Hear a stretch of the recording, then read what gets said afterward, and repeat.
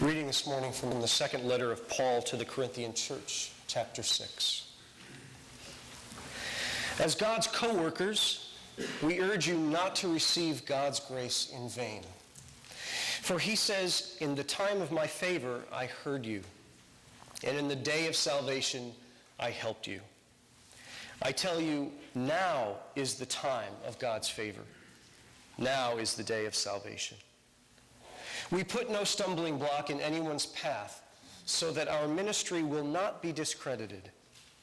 Rather, as servants of God, we commend ourselves in every way, in great endurance, in troubles, hardships, and distresses, in beatings, imprisonments, and riots, in hard work, sleepless nights, and hunger, in purity, understanding, patience, and kindness, in the Holy Spirit and in sincere love, in truthful speech and in the power of God, with weapons of righteousness in the right hand and in the left, through glory and dishonor, bad report and good report, genuine yet regarded as impostors, known yet regarded as unknown, dying and yet we live on, beaten and yet not killed, sorrowful, yet always rejoicing, poor, yet making many rich, having nothing, yet possessing everything. We have spoken freely to you, Corinthians, and opened wide our hearts to you. And we are not withholding our affection from you, but encourage you not to withhold yours from us.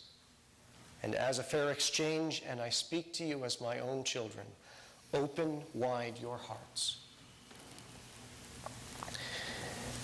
And from Jesus' words in the Gospel of Matthew, chapter 7. Therefore, everyone who hears these words of mine and puts them into practice is like a wise man who built his house upon the rock. The rain came down, the streams rose, and the winds blew and beat against that house. Yet it did not fall, because it had its foundation on the rock. But everyone who hears these words of mine and does not put them into practice is like a foolish person who built his house on sand.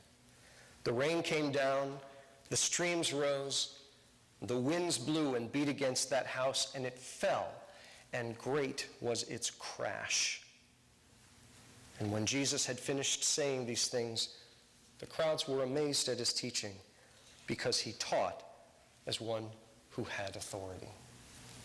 Here ends our reading this morning. I guess I want to start by just saying thank you for all of your gifts, your cards, and your warm wishes.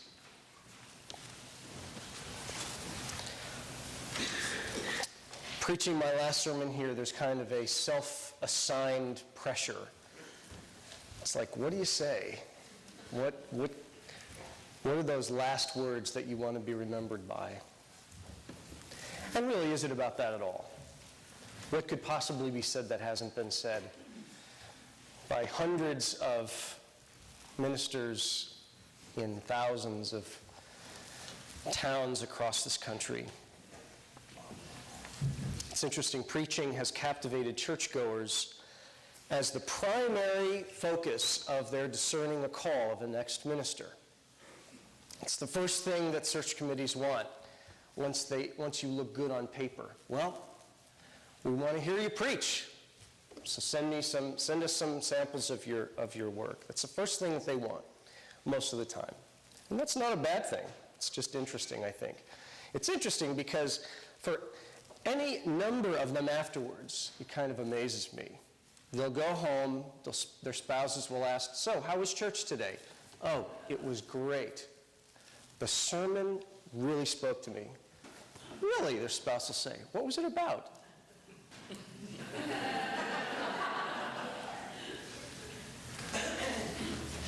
"Oh, I don't know. It was just good."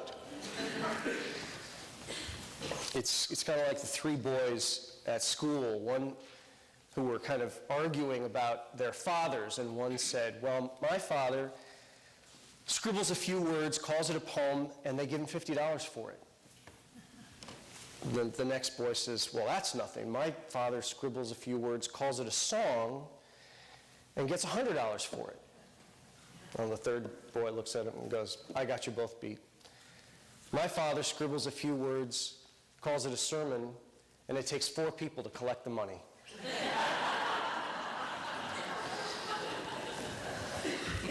During my time here in this beautiful corner of the Berkshires, I've done a lot of hiking over the last 2 years. And not only here in the Berkshires, but also in the White Mountains up in New Hampshire. Hiking is a great love of mine. And I took note of something during one particular hike that had just come after a couple days of rain.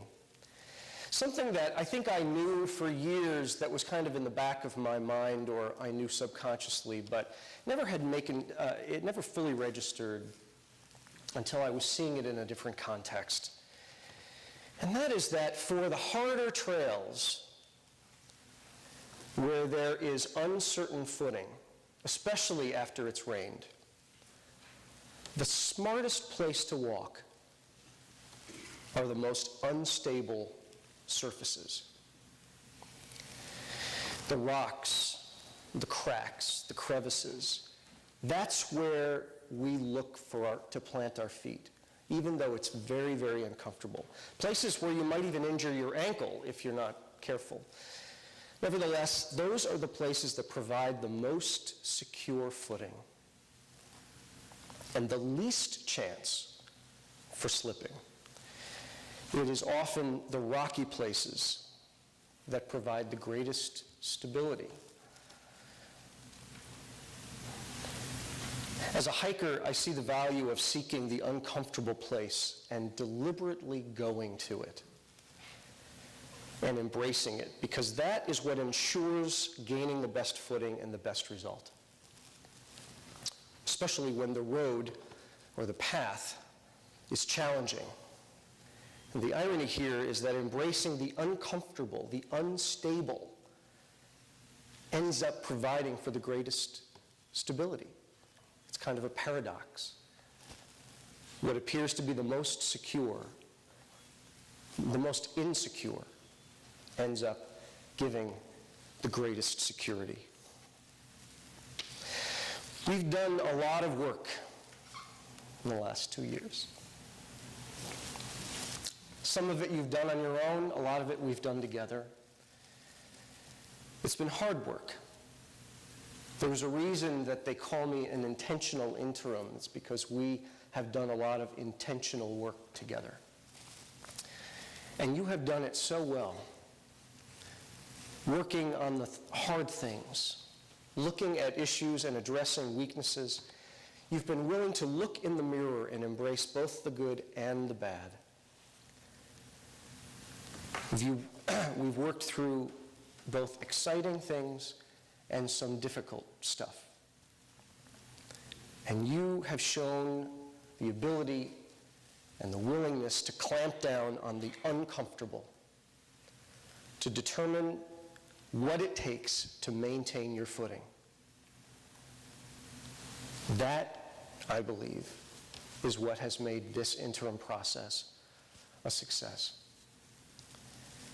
You were determined to build or rebuild your house on the rock, like Jesus talked about, on the rocky places. And it'll take much more than shifting times to sink you. A few years ago, actually I believe just 3, you could ask the homeowners in Central America after Hurricane Felix had blown through, and they discovered entire communities who had built their houses on sand lots. The entire communities had collapsed. Or ask anyone in Florida who discovered to their horror that they had their home built on a sinkhole, what the value is of building on the rocky places.